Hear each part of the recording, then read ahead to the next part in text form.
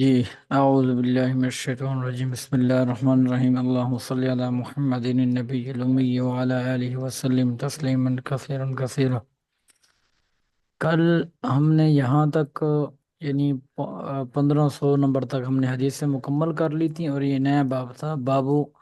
کرامات الاولیاء و فضلہم، کہ اس کے اندر جو ہے اولیاء کرام کی جو ہے کرامت اور ان کی فضیلت کو بیان کیا جائے گا اس باب کے اندر۔ تو اسی کے اوپر جو ہے قرآن مجید میں سے مصنف رحمۃ اللہ علیہ نے دو تین آیتیں بھی پیش کر رہے ہیں، اور اس کے بعد جو ہے وہ احادیث پیش کر رہے ہیں۔ جی، آپ نے نماز پڑھنی تو پڑھ لیں۔ اچھا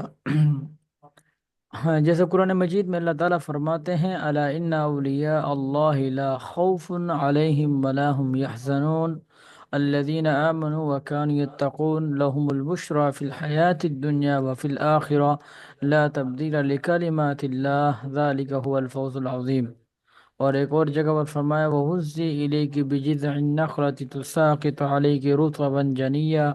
فَكُلِي وَاشْرَبِي۔ یہ وہ حضرت مریم علیہ السلام کے واقعے کی طرف اشارہ کر دیا۔ اور اسی طرح كُلَّمَا دَخَلَ عَلَيْهَا زَكَرِيَّا الْمِحْرَابَ وَجَدَ عِندَهَا رِزْقًا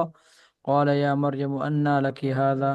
قالت هو من عند اللہ ان اللہ یرزق من یشاء بغیر حساب۔ یہ آپ نے تیسرے پارے میں پڑھ لیا ہوگا۔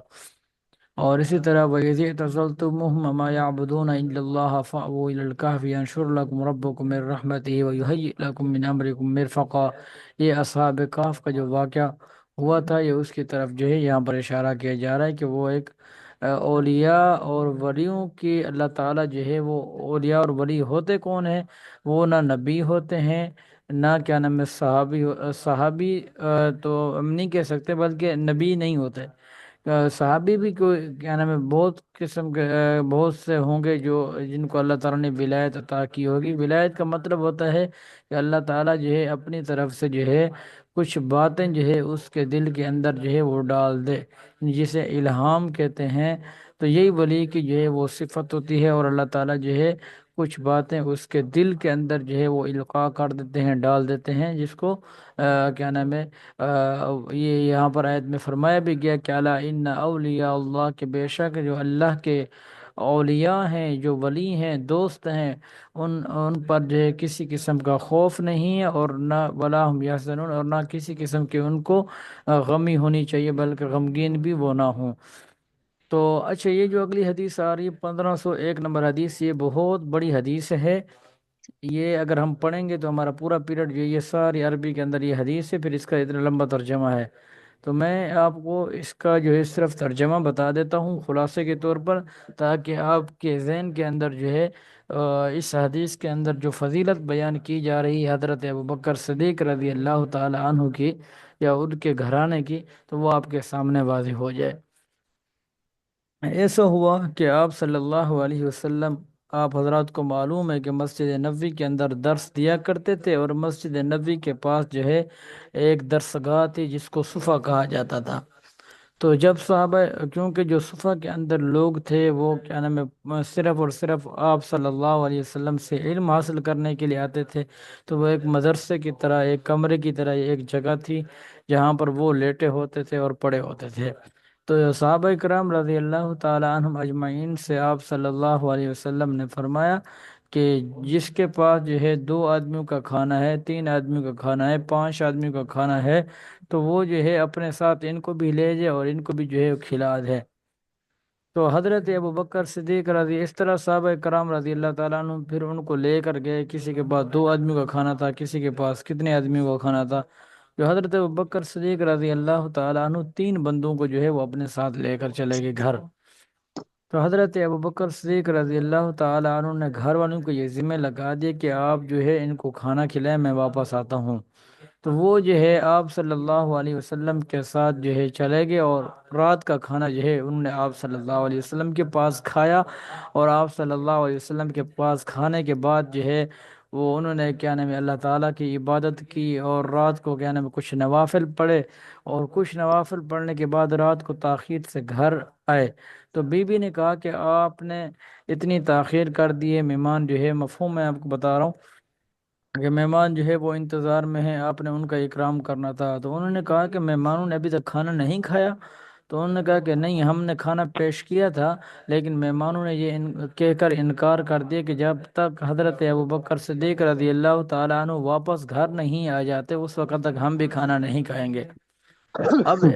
اب جو ان کے بیٹے تھے وہ جو ہے وہ کہتے ہیں کہ میں جو ہے کہیں پر چھپ گیا کہ ابو جو ہے مجھے ڈانٹیں گے اور کہیں گے کہ جب میں نہیں تھا تو جو ہے ان کو کھانا کھلا دیتا۔ تو پھر حضرت ابوبکر صدیق جب گھر آتے ہیں اور بلاتے ہیں ان کو تو وہ چھپا ہوا، تو وہ کہتے ہیں کہ حضرت ابوبکر صدیق فرماتے ہیں کہ میں تجھے قسم دیتا ہوں کہ تو میری اگر آواز سن رہا ہے تو جہاں کہیں بھی ہے وہ میرے سامنے آ جا۔ تو وہ آتا ہے اور کیا نام ہے، وہ بھی کہتا ہے کہ آپ میرے سے بعد میں پوچھیں، پہلے مہمانوں سے پوچھیں کہ میں نے ان کے سامنے کھانا پیش کیا تھا لیکن انہوں نے انکار کر دیا تھا۔ تو اس کے بعد جو ہے حضرت ابوبکر صدیق رضی اللہ تعالیٰ عنہ ان کے ساتھ بیٹھتے ہیں اور کھانا کھاتے ہیں، اور اس کھانے کے اندر اتنی برکت ہو جاتی ہے کہ جو کھانا ایک ٹائم کا ہوتا ہے وہ 3 گنا تک بڑھ جاتا ہے۔ کہ پھر جو ہے حضرت ابوبکر صدیق رضی اللہ تعالیٰ عنہ خود بھی سیر ہو کر کھاتے ہیں، ان کے گھر والے بھی سیر ہو کر کھاتے ہیں، اور مہمان بھی جو ہے وہ بھی سیر ہو کر کھاتے ہیں۔ اور اسی طرح جو ہے کیا نام ہے، پھر وہ کھانا جو ہے وہ آپ صلی اللہ علیہ وسلم کے پاس جاتا ہے، اور پھر صبح کو کیا نام ہے اتنا اس کھانے کے اندر جو ہے اللہ تعالیٰ کی طرف سے برکت ہو جاتی ہے کہ وہی کھانا جو ہے پھر صبح کو بھی کیا نام ہے بہت سے صحابہ کرام رضی اللہ تعالیٰ عنہم اجمعین جو ہے وہ کھاتے ہیں۔ اس پوری حدیث کے اندر جو ہے وہ یہ 2 3 روایات جو ہے وہ عربی کے اندر بیان کی گئی، لیکن لمبی حدیث عبارت پڑھیں گے اور اس کا ایک ایک لفظ کا ترجمہ کریں گے تو ہمارا پورا ادھر ہی ختم ہو جائے گا۔ تو میں نے چاہا کہ میں آپ کو خلاصہ بتا دوں کیونکہ اس کے اندر فضیلت بیان ہو رہی ہے حضرت ابوبکر صدیق رضی اللہ تعالی عنہ کی، تو میں نے وہ آپ کو ترجمے کے طور پر بتا دیے۔ اگلی حدیث ہے حضرت ابو ہریرہ رضی اللہ تعالیٰ عنہ، یہ آپ غور فرما لیں، آج میں پڑھ لیتا ہوں، حدیث لمبی لمبی ہیں تو چلو 2 3 حدیث کے بجائے ہماری 6 7 حدیث اگر ہو جائیں تو تھوڑی سی جلدی ہو جائیں گی، ٹھیک ہے۔ حضرت ابو ہریرہ رضی اللہ تعالی عنہ سے روایت ہے، قال وہ فرماتے ہیں، قال رسول اللہ صلی اللہ علیہ وسلم، رسول اللہ صلی اللہ علیہ وسلم نے فرمایا، لقد كان فيما قبلكم من الامم ناس محدثون، کہ البتہ تحقیق پہلی امتوں کے اندر جو ہے وہ کچھ لوگ محدث ہوا کرتے تھے، لوگ جو ہے وہ محدث ہوا کرتے تھے تم سے پہلے، پچھلی امتوں کے اندر جو ہے کچھ لوگ جو ہے وہ محدث ہوا کرتے تھے۔ فَإِيَّاكُمْ فِي أُمَّتِ أَحَدٌ، کہ اگر یہ میری امت میں اگر کوئی محدث ہوتا تو فَإِنَّهُ عمر، پس بے شک وہ عمر ہوتے، یعنی عمر جو ہے اللہ تعالیٰ نے جو ہے ان کو اتنی کیا نام ہے وہ سمجھ اور فراست عطا کی ہے کہ وہ جو ہے جس طرح پہلی امتوں کے اندر جو ہے وہ محدث ہوا کرتے تھے، تو آج اگر میری امت کے اندر کوئی ہوتے تو وہ عمر ہوتا ہے۔ اگلی حدیث کے اندر جو ہے حضرت جابر بن سمرہ رضی اللہ تعالی عنہما سے روایت ہے، قال وہ فرماتے ہیں کہ شکا اہل الکوفہ، کہ اہل کوفہ نے جو شکایت کی، سعدن حضرت سعد بن ابی وقاص رضی اللہ تعالی عنہ کی، الی عمر بن الخطاب رضی اللہ تعالی عنہ کی، حضرت عمر رضی اللہ تعالی عنہ کے دور کے اندر جو ہے وہ کوفہ کے گورنر تھے یا بڑے تھے، تو لوگوں نے بعض جو اہل کوفہ کے جو لوگ تھے انہوں نے حضرت عمر رضی اللہ تعالی عنہ کی شکایت کی، تو فعصلہ، حضرت عمر رضی اللہ تعالی عنہ نے ان کو عہدے سے ہٹا دیا، معزول کر دیا۔ واستعمل علیہ عمارا، اور حضرت عمار رضی اللہ تعالی عنہ کو ان کی جگہ پر جو ہے وہ مقرر کر دیا۔ فشکو انہوں نے شکایت کی، حتی ذکروا، اتنی زیادہ یہاں تک کہ انہوں نے یہ بھی ذکر کیا کہ انہو لا یحسن یصلی، کہ یہ جو ہے نماز صحیح طرح نہیں پڑھاتے، یعنی وہ جو لوگ تھے وہ حضرت سعد بن ابی وقاص رضی اللہ تعالی عنہ کے بارے میں کہہ رہے ہیں کہ جن کے بارے میں اللہ کے نبی صلی اللہ علیہ وسلم نے فرمایا کہ میرے میرے ماں باپ آپ پر قربان ہو جائیں۔ اور باقی تو صحابہ کرام رضی اللہ تعالی عنہم اجمعین آپ صلی اللہ علیہ وسلم کو یہ کہا کرتے تھے کہ ہمارے والدین آپ پر قربان ہو جائیں، لیکن ایک یہی صحابی ہیں حضرت سعد بن ابی وقاص رضی اللہ تعالی عنہ کہ آپ صلی اللہ علیہ وسلم نے ان کے بارے میں خود فرمایا کہ میرے والدین آپ پر قربان ہو جائیں۔ تو اب یہ اس صحابی کے بارے میں جو ہے اہل کوفہ کے جو لوگ ہیں وہ شکایت کر رہے ہیں کہ یہ جو ہے انہ یحسن یصلی، کہ یہ جو ہے نماز صحیح طرح نہیں پڑھاتے۔ فارسل الیہ، پس حضرت عمر رضی اللہ تعالی عنہ نے ان کی طرف پیغام بھیجا۔ فقال، اور کہا، یا ابا اسحاق، اے ابو اسحاق، ابو اسحاق ان کی کنیت تھی، کہ ان ہؤلاء یزعمون، کہ بے شک یہ لوگ، یہ کوفہ والے ہیں، یہ گمان کرتے ہیں کہ انک لا تحسن تصلی، کہ بے شک تو ان کو نماز جو ہے وہ صحیح طرح نہیں پڑھاتے۔ فقال، حضرت سعد بن ابی وقاص رضی اللہ عنہ نے کہا، اما انا واللہ، کہ اللہ کی قسم، فانی کنت اصلی بہم صلاۃ رسول اللہ صلی اللہ علیہ وسلم، اللہ کی قسم میں ان کو نبی کریم صلی اللہ علیہ وسلم والی نماز پڑھاتا ہوں۔ لا اخرم عنہا، میں اس کے اندر ذرا برابر بھی تخفیف نہیں کرتا، اس کو کم نہیں کرتا، یعنی جس طرح نبی کریم صلی اللہ علیہ وسلم کے پیچھے میں نے کھڑے ہو کر نماز پڑھی ہے، اس طرح میں ان کو نماز پڑھاتا ہوں، اس کے اندر ذرا برابر بھی تخفیف نہیں کرتا۔ آگے فرمایا کہ اوصلی صلاۃ العشاء، کہ میں عشاء کی نماز ان کو پڑھاتا ہوں۔ فرقد فی او اولیین، کہ میں پہلی دو رکعتوں کے اندر جو ہے وہ ذرا لمبا کرتا ہوں، تلاوت کرتا ہوں ان کے اندر۔ واخوف فی اخرین، اور میں آخری دو رکعتوں کو جو ہے وہ کم کرتا ہوں، ان کے اندر تخفیف کرتا ہوں۔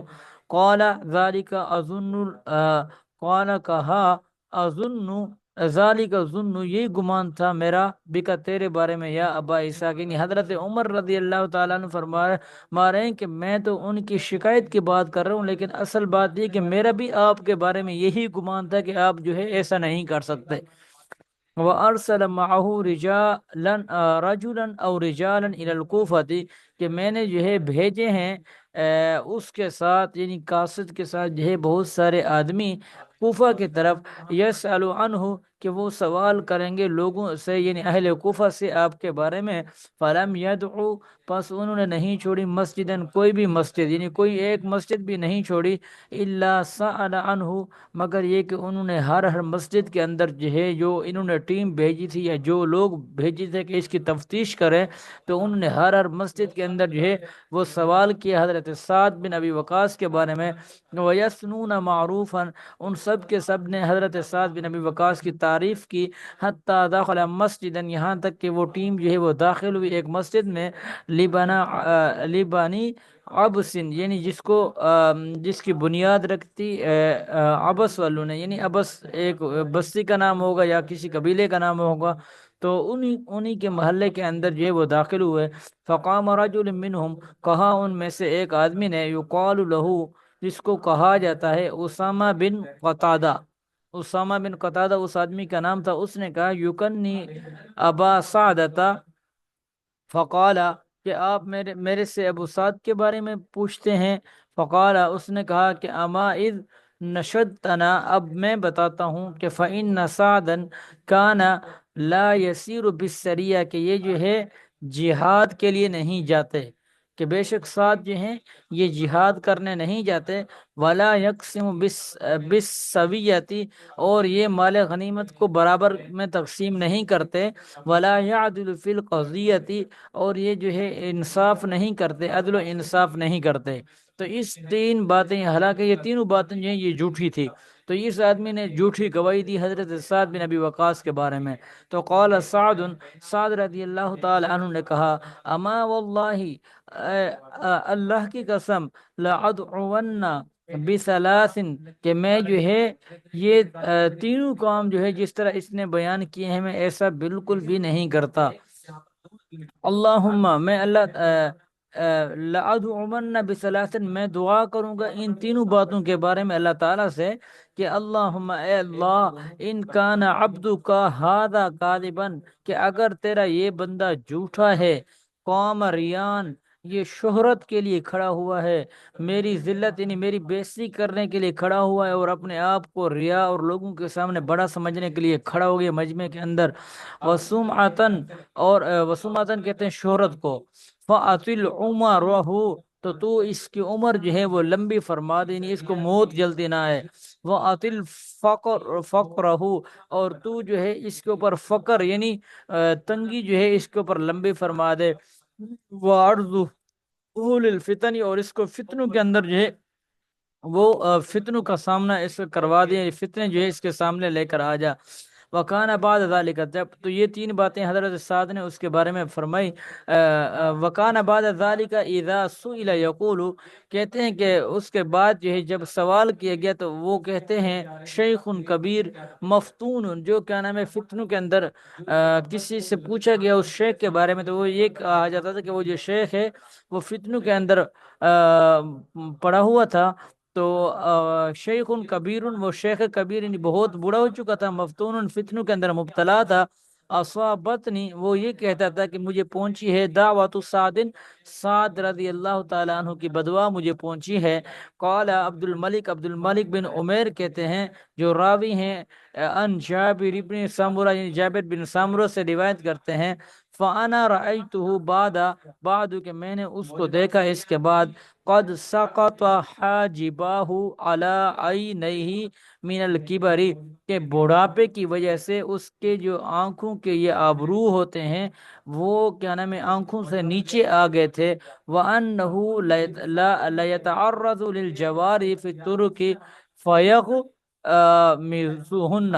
اور وہ راستے کے اندر جو ہے وہ لڑکیوں سے جو ہے وہ چھیڑا چھاڑی کیا کرتا تھا اور چھیڑتا تھا۔ اس کی یہ حالت جو ہے وہ کیا نام ہے موت کے وقت ہو گئی تھی۔ ایک تو یہ کہ اس کی آبروئیں جو ہیں یعنی وہ نیچے آ گئی تھی آنکھوں سے، گویا وہ ایک قسم کا اندھا ہو گیا تھا، اور دوسرا جو ہے وہ اس کے اندر مبتلا ہو گیا تھا کہ وہ جب بھی راستے میں چلتا تھا تو عورتوں کے ساتھ یا لڑکیوں کے ساتھ جو ہے وہ چھیڑا چھڑی کیا کرتا تھا۔ تو اس حدیث سے ہمیں یہ سبق دیا جا رہا ہے کہ کسی کے اوپر جو ہے کسی سے پیسہ لے کر، کسی سے رشوت لے کر اور کسی کا ہو جانا کسی کے خلاف، یہ بات غلط ہے کہ اس آدمی نے پتہ نہیں کیوں جھوٹی گواہی جو ہے حضرت سعد رضی اللہ تعالیٰ عنہ کے بارے میں دی تھی۔ تو آج دیکھ لیں ہم اپنے ملک کے اندر یا آج معاشرے کے اندر دیکھ لیں کہ کتنا ایسا ہو رہا ہے کہ بغیر کسی جھجک کے جو ہے ہم کھڑے ہو جاتے ہیں اور جھوٹی گواہی دے دیتے ہیں، اور جو کیا نام ہے حق پر ہوتا ہے اس کو جھوٹا قرار دیتے ہیں، اور جو نہ حق اور کیا نام جو حق پر نہیں ہوتا اس کو ہم سچا قرار دیتے ہیں۔ تو ان حضرات کو یہ سوچنا چاہیے کہ صحابہ کرام رضی اللہ تعالی عنہ اجمعین کی زندگی کو پڑھنا چاہیے کہ ان کی زندگی کس طرح گزری ہے اور ان کو آپ صلی اللہ علیہ وسلم نے کیا درس دیا ہے۔ اور جو کسی کو تکلیف پہنچاتا ہے تو اس کی آہ بھی کبھی کبھی اس کو لگ جاتی ہے، جس طرح حضرت سعد کو اس آدمی نے تکلیف پہنچی اور حضرت سعد کی بدعا جو ہے وہ اس کو لگی ہے، اور وہ مرتے وقت جو ہے وہ کیا نام ہے بالکل بوڑھا بھی ہو چکا تھا، اور کیا نام ہے سمجھیں کہ اس کی آنکھیں جو ہے وہ جا چکی تھی، یہی سمجھ لیں آپ کہ اس کے آبروئیں جو ہیں وہ بہت نیچے آ چکے تھے۔ اسی طرح ملتی جلتی ایک اور حدیث ہے، وہ یہ ہے کہ حضرت آپ حضرات کو میری بات سمجھ آ رہی ہے نا؟ آواز تو آ رہی ہے نا؟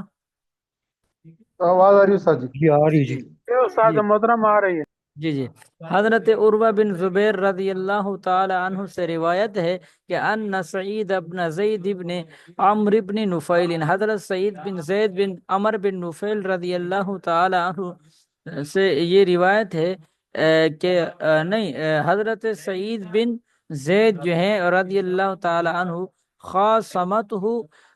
عروہ بنت اوس، عروہ بنت اوس نے ان کے ساتھ جو ہے وہ جھگڑا کیا، یعنی یہ صحابی ہیں اور یہ عروہ بنت اوس جو ہے یہ کوئی عورت ہے۔ تو اس نے جھگڑا کیا، اور جھگڑے کرنے کے بعد جو ہے وہ شکایت جو ہے الی مروان ابن حکم، مروان بن حکم جو ہے اس وقت کا جو بادشاہ تھا اس کے پاس لے کر چلی گئی، اور جب شکایت لے کر گئی تو وہاں پر اس نے دعویٰ یہ بیان کیا، وَدَّعَتْ أَنَّهُ أَخَذَ شَيْئًا، اور اس نے یہ دعویٰ کیا کہ أَنَّهُ أَخَذَ شَيْئًا مِّنْ أَرْضِهَا، کہ اس نے میری زمین میں سے کچھ لے لیا ہے، یعنی میری زمین کے اوپر قبضہ کر لیا۔ اس عورت نے حضرت سعید بن زید کے بارے میں یہ دعویٰ کیا۔ فقال سعید، حضرت سعید نے کہا کہ انا، کہ میں کنت آخذ من ارضها شیئا، کہ میں اس کی زمین میں سے کچھ لیتا، بعد الذی، بعد اس کے کہ سمعت من رسول اللہ صلی اللہ علیہ وسلم، کہ میں نے رسول اللہ صلی اللہ علیہ وسلم سے سنا، یعنی میں نے رسول اللہ صلی اللہ علیہ وسلم سے ایک حدیث سنی ہے کہ یہ مال قبض کے بارے میں یا کسی کے چیز کے اوپر قبضہ کرنے کے بعد، تو وہ حدیث سن کر میں کیا نام ہے اتنا وہ ہو گیا تھا کہ پھر بھی میں اس کی زمین سے کچھ لیتا۔ تو وہ جو مروان بھی